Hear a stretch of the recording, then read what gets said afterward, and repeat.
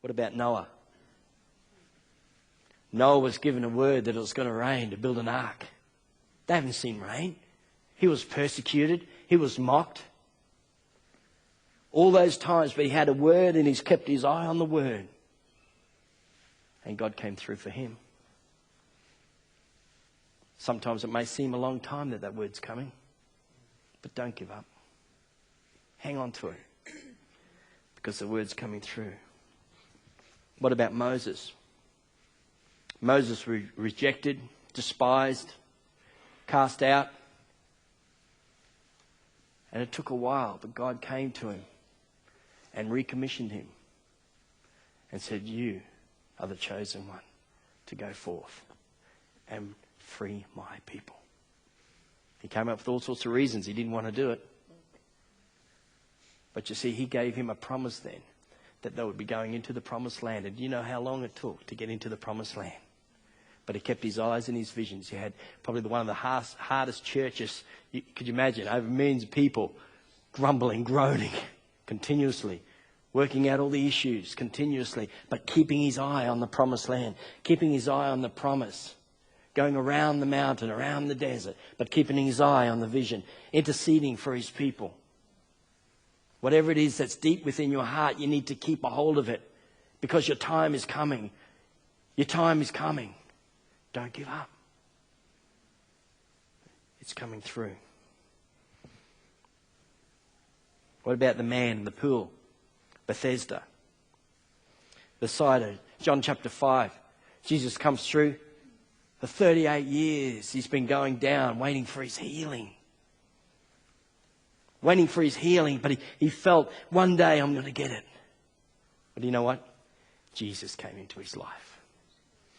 And Jesus heard his prayer and said, take up your mat and walk. What are you crying out in your heart? What have you got deep inside that you're yearning for and so much? Understand that the King of Kings has heard it. And the King's coming through. Just don't give up. We pray it's not going to be that long. But don't give up. There was a man. He was a prophet. And he was with Elisha's prophets. And their meetings got too small for him. So they said, let's go and build another place of meeting down by the river.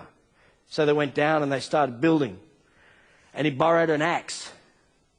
The word says in Kings. And as he was chopping it, the axe went into the water and he cried, oh, my master, my Lord, to the prophet Elisha, I have lost the axe head. And Elisha said, where did it happen? Took him back, broke off a branch, threw it in, and the axe head floated. And he said to the man, reach out and grab it. He didn't bring the axe out, sit in front, boom, there it is again. He had to do something to reach it. God may speak to you about what you need to come to pass and say, I need some action here. Got to be ready to hear. Got to know when the timing's right. Because the supernatural is coming your way. God of all gods is coming just for you. You know, Jesus wasn't exempt. Jesus had to go to the cross. He wanted to go and he was on his way to the cross and he just felt like giving up. It was at the garden where he said, if you take this away from me, take the cup away. Did he not? He felt like giving up. He knows what you feel like. He's been there. We have a God who understands. Hebrews talk about that. He felt like giving up. And as he cried out from his heart, God sent an angel to strengthen him. And he said, not my will, but yours. You may be faint in heart today. I don't know who is here today. They may be faint in heart. I just feel like it's not coming through. It's not giving up. The supernatural is on its way. God's will come through for you. You're not alone. What about Peter and the disciples? John 21. Jesus had just been buried. They gave up hope and he said, well, I'm going fishing. And all the disciples said, well, we're coming too. They just gave up. They said, well, what do we do now? But you know what? It says that Jesus sought them out. Jesus restored Peter and brought hope back into their lives. The times that you're feeling like giving up is just maybe on the brink of your breakthrough. Don't give up.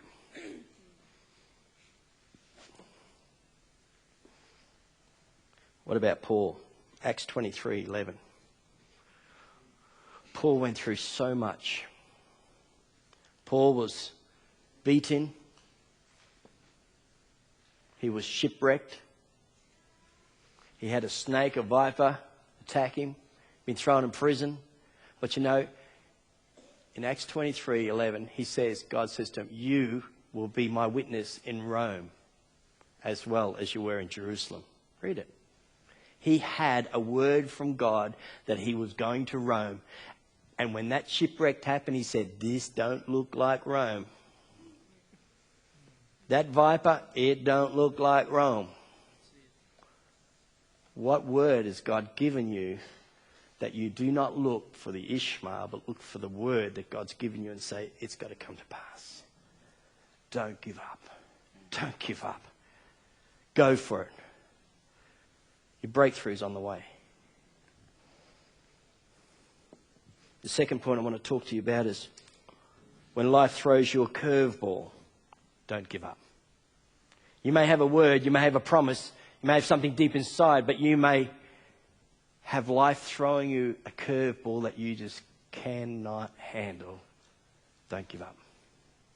See, the Israelites, they thought, we're getting out of here, we're free. They get taken to a desert experience.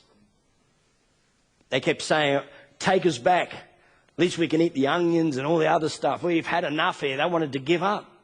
But God came through with the manna and the quail and the water from the rock. The supernatural calm for them. Their clothes, their shoes never wore out in 40 years. Come on. They wanted to give up. They complained because it wasn't happening quick enough. They didn't like the circumstances that they were in. We can find many ways in our Christian walk to whinge about things that happen and that God doesn't do in our time, or this hasn't happened, or this has happened to me. But it's time to keep looking beyond that and not giving up to what God has put in your heart. God has got a great plan for you. If not, even read Revelation at the end. You'll see what God has for you.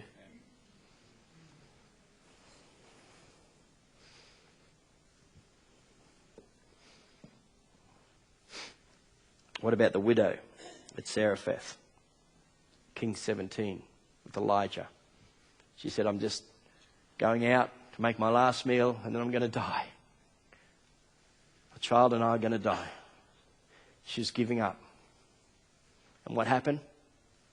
God sent the supernatural in the way of Elijah came and provided for these people. You may be sitting here and saying, I'm just right on the edge. I've just had enough. Well, it's going to be your breakthrough. It's just around the corner. It's coming through for you. Don't give up. Don't give up. What about Elijah? 1 Kings 19. He wanted to give up. He sat down and he's licking his wounds about one lady giving a word over his life. And he said, just let me die. But God sent something supernatural along. Sent an angel. Sent food to encourage him and strengthen him to go on to what God had for him. And God brought about another person to come alongside that he could then get motivated to train and equip so then God could take him home. See, God always brings the supernatural in our time. You just got to hang on. And don't be afraid to cry and say, I've had enough, God. I can't take it any longer. I just feel so bad. I'm trying to deal with this over and over, but it just keeps bugging me and I can't get through it. My life's falling apart here. My relationship's falling apart. I just feel like getting up and going.